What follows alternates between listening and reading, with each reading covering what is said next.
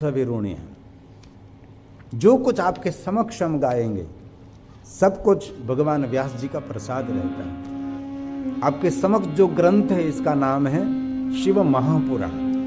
कई लोग कहते हैं शिव पुराण, नहीं, ये महादेव जी का पुराण है, इसीलिए महाशब्द से हम संबोधित करते हैं। भगवान शिव जी को हम देव नहीं कहते।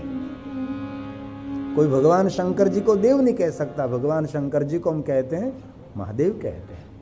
सभी देवों के आराध्य देव हैं, सभी देवताओं के इष्ट हैं।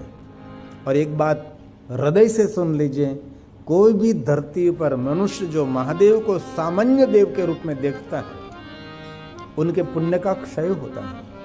महादेव कोई सामान्य देव नहीं, सभी ऋषि मुनि देवता सबके आराध्य देव, सबके इष्ट देव भगवान महादेव है। कोई भी देवताओं की कथा आप देखिए, सबके आराध्य देव महादेव है।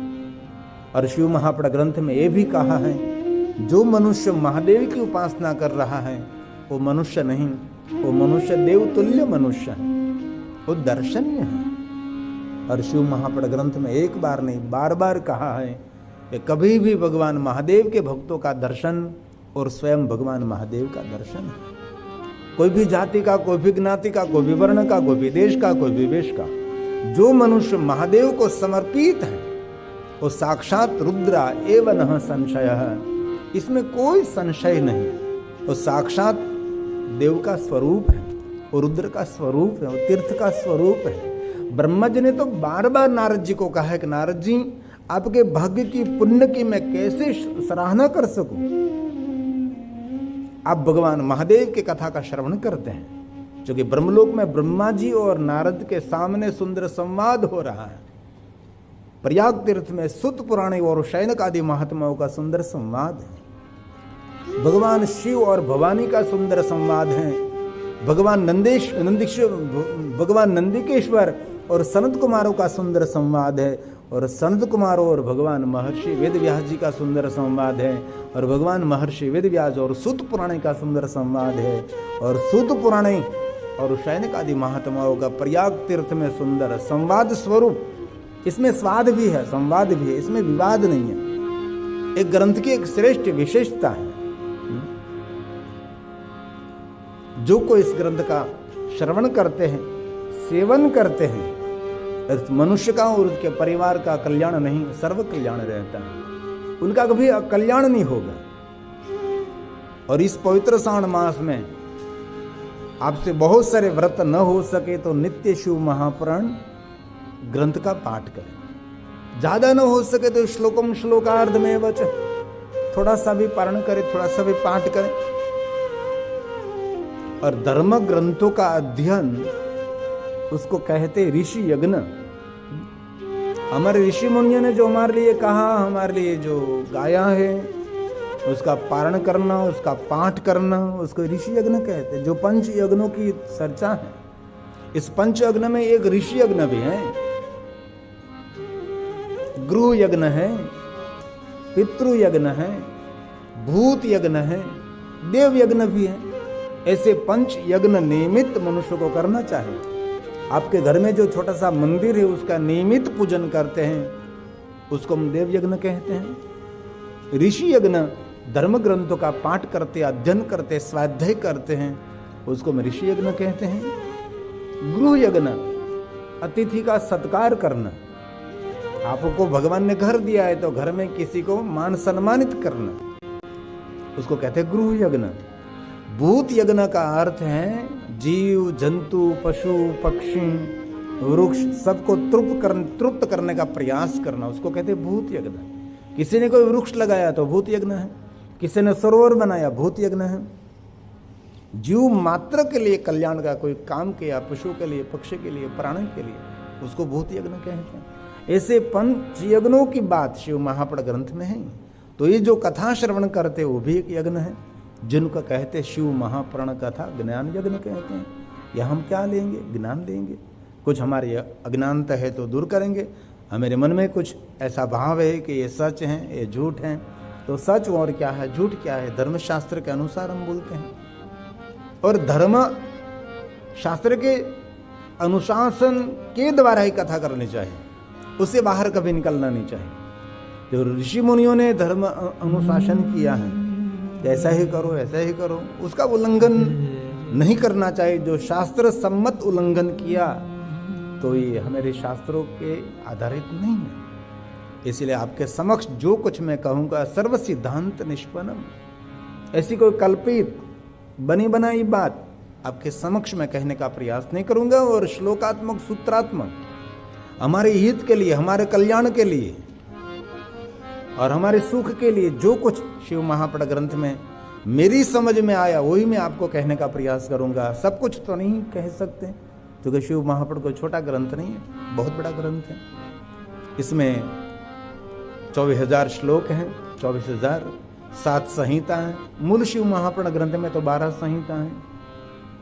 लेकिन अभी हमारे सामने जो शिव महापुराण है, भगवान महर्षि वेदव्यास जी सम्मत महादेव का वांग्मय स्वरूप, इसमें 7 संहिता के साथ भगवान शिव जी ने जब शिव महापुराण ग्रंथ का गायन किया तब तो 100 करोड़ श्लोक थे। 100 करोड़ में से समय बीतने के बाद इनमें से 1 करोड़ श्लोक का शिव महापुराण निर्माण हुआ, क्योंकि मनुष्य की आयु धीरे धीरे अल्प हो रही है।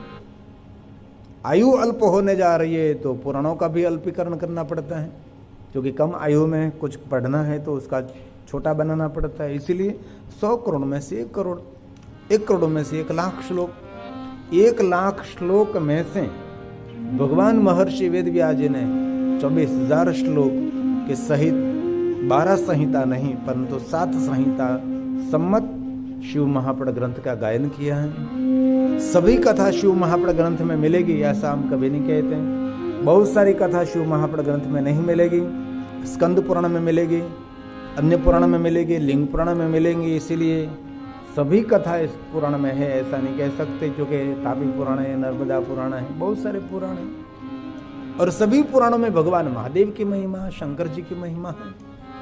इसलिए हम सभी अपने हमारे भाग्य की सराहना करते हुए शिव महापुराण ग्रंथ का प्रारंभ करेंगे। और शिव महापुराण ग्रंथ के प्रारंभ में बहुत सारा महात्म्य है।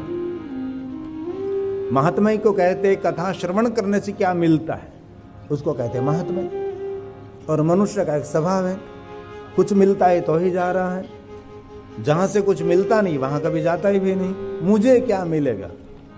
इसलिए पुराणों में भी पहले भगवान महर्षि वेदव्यास जी ने कहा ये कथा सुनने से आपको ये मिलेगा, ये मिलेगा, ये मिलेगा, ये मिलेगा, कुछ नहीं मिलेगा, पुण्य मिलेगा।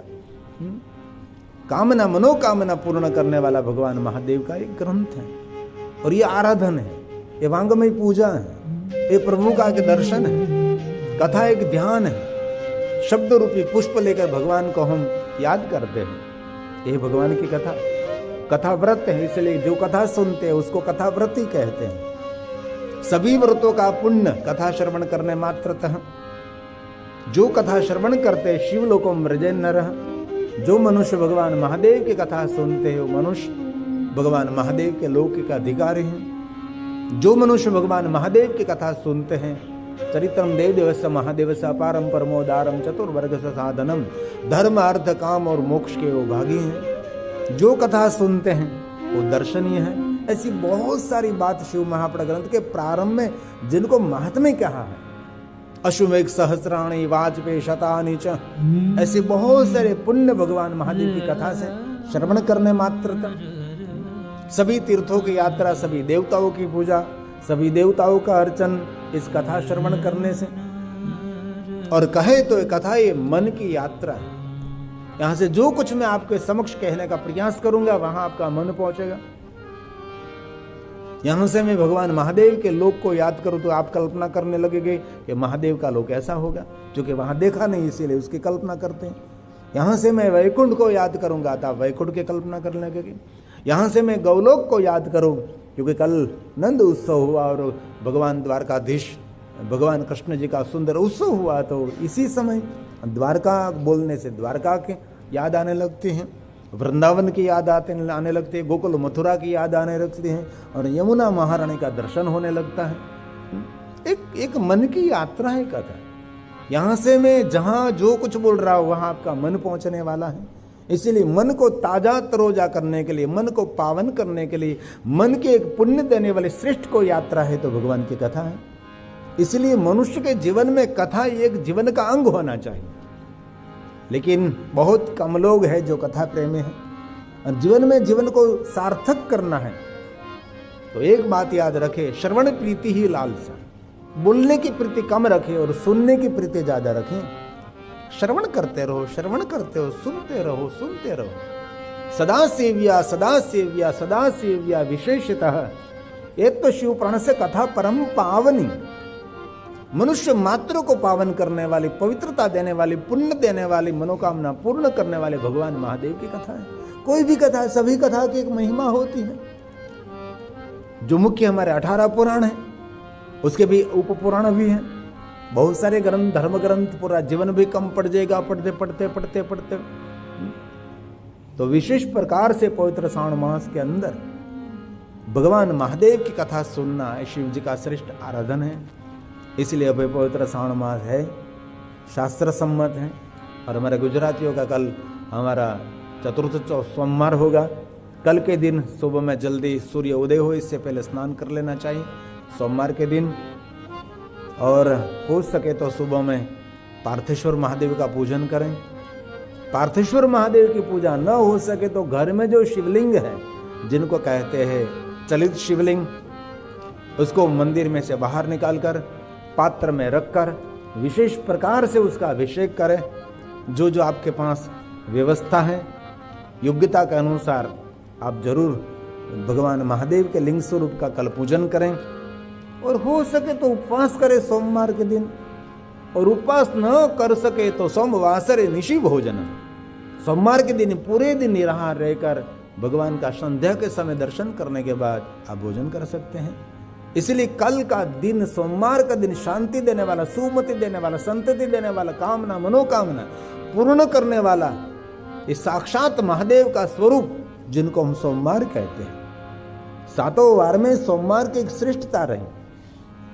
और 12 मास का सोमवार का व्रत आप न कर सके तो पवित्र श्रावण मास का सोमवार का व्रत जो करते हैं उसको 12 महीना सोमवार का व्रत करने का फल मिलता है। और जिनको सोमवार के व्रत का प्रारंभ करना है उनके लिए शुक्ल पक्ष का प्रथम जो सोमवार है, उस सोमवार के दिन व्रत का प्रारंभ करें। 16 सोमवार का व्रत करते हैं। 16 सोमवार 16 उपचार भगवान की पूजा करें। एक श्रेष्ठ व्रत है 16 सोमवार का मौन व्रत, 16 सोमवार के खड़े व्रत, 16 सोमवार के साकर खाकर सोमवार, 16 सोमवार के दिन एक भाकरी वाला सोमवार, हमारे गुजराती में कहते हैं भाकरिया सोमवार, साकरिया सोमवार। ऐसे 16 सोमवार का एक व्रत होता है। बहुत सारी उसकी व्रत कथाएं होती है कि 16 सोमवार की क्या महिमा है। एक भी सोमवार बीच में खंडित नहीं होना चाहिए। लगातार 16 सोमवार का व्रत करने की एक अलग महिमा भी है।